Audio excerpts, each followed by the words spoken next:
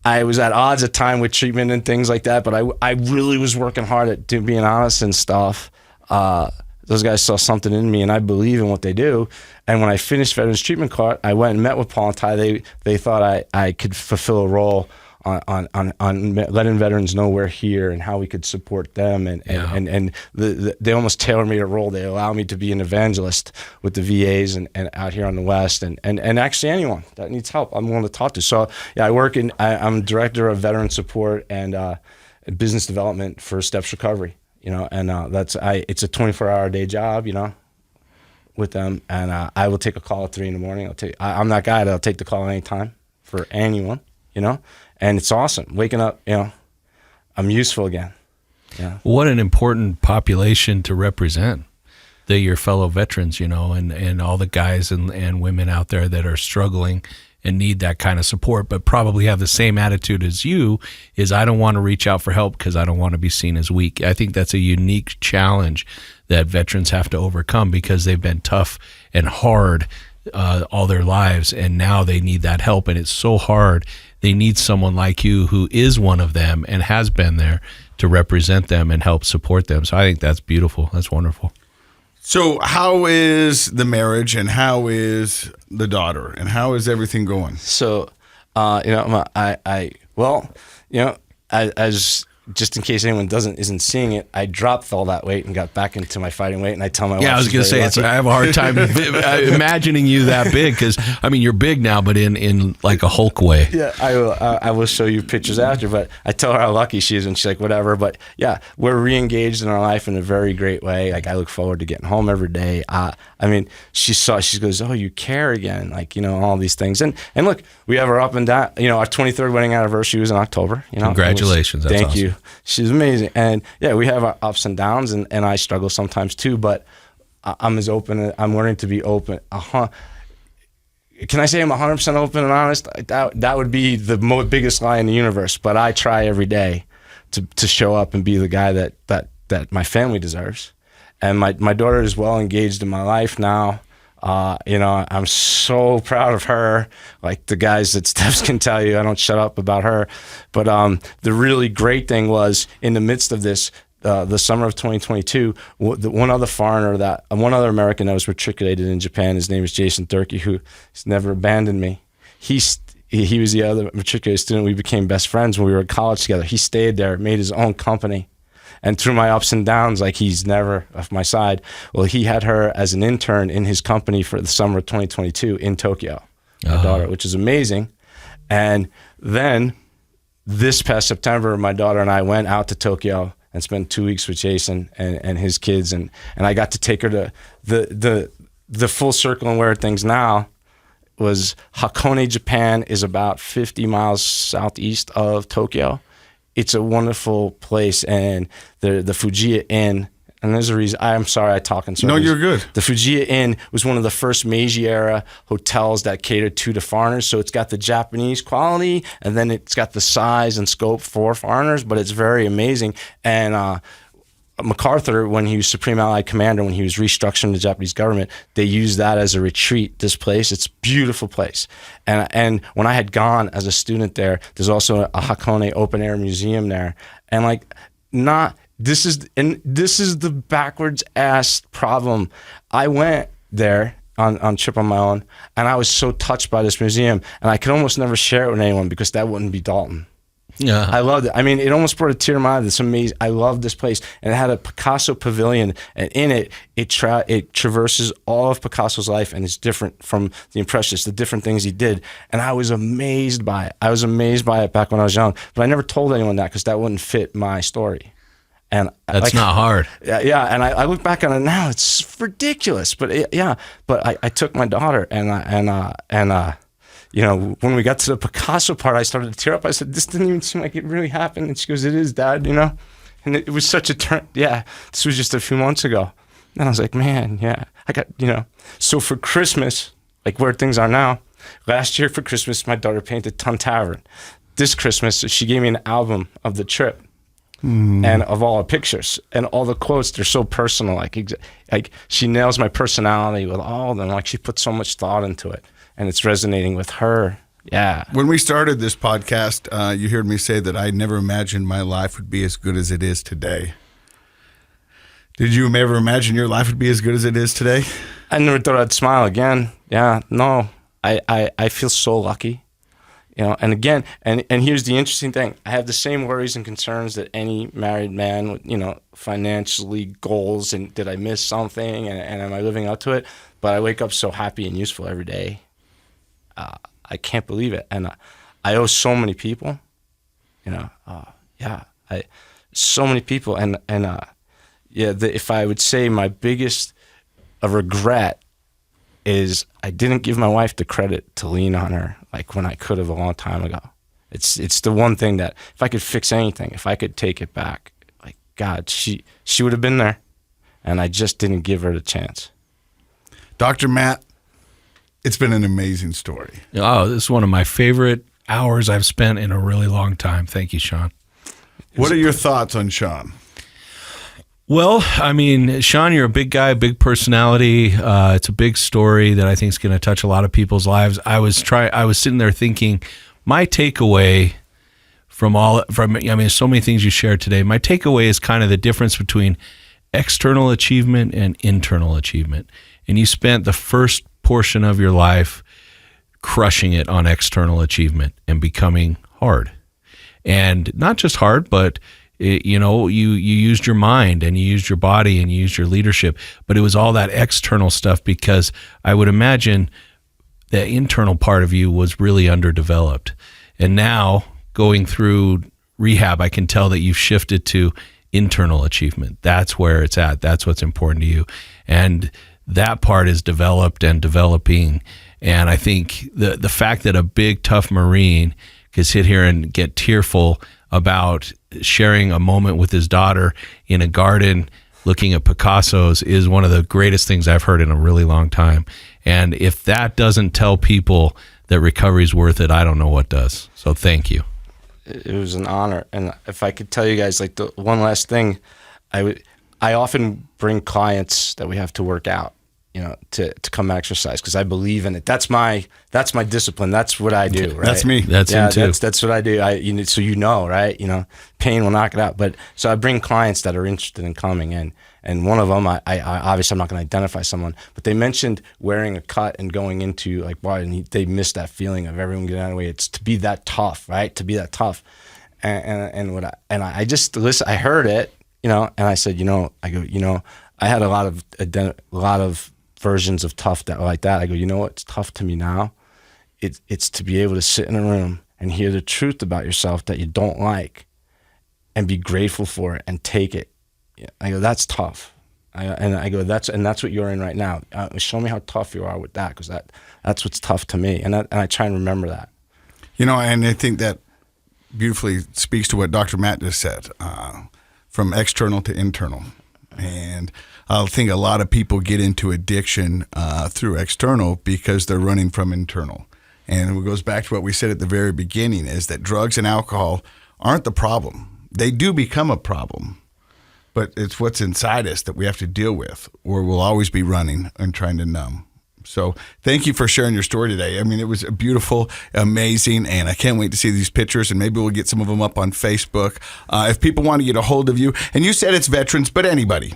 Anyone, you can give out my mobile number. Say it. It's 435-800-9961. It's 435-800-9961. Sean, SEAND, at stepsrc.com. And that is Steps Recovery, and we love what they do, and it's a wonderful program. I can't tell it. I just can't say what they did for me, the patience they had with me. And again, Julie Jackson, I gave a talk at the statewide treatment court conference. The Judge Mao asked to do it, and I said the theme of my recovery is petite, powerful woman, PWW. PWWs. They're all 5'1", all 100 pounds. Like the strength and the patience she had with me, and then to look back and go, wow, that lady always had my back, even when I wasn't sure.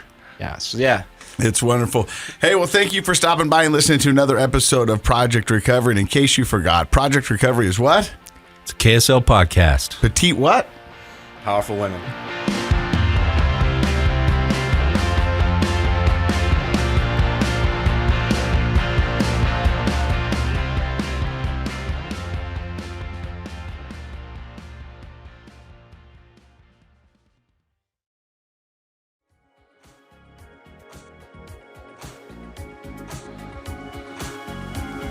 The contents of this program are for informational purposes only. The program is not intended to be a substitute for professional medical advice, diagnosis, or treatment. Always seek the advice of your physician, licensed therapist, or other qualified health provider with any questions you may have regarding a medical condition. Never disregard professional medical advice or delay in seeking it because of something you've heard on this program. KSL does not recommend or endorse any specific tests, physicians, products, procedures, opinions, or other information that may be mentioned on the program. Reliance on any information provided on the program is solely at your own risk.